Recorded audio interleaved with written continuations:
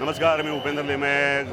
पुण्याचा गणेशोत्सव जोरदार नेहमीप्रमाणे सुरू झालेला आहे आणि दरवर्षीप्रमाणे दगडूशेठला सहकुटुंब सहपरिवार आल्याशिवाय, दर्शन केल्याशिवाय, अभिषेक केल्याशिवाय खऱ्या अर्थाने गणेशोत्सव आमचा साजरा होत नाही.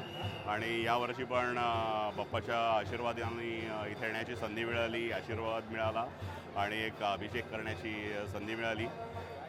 तुम्हा सगळ्यांना गणेशोत्सवाच्या खूप खूप शुभेच्छा. जय गणेश.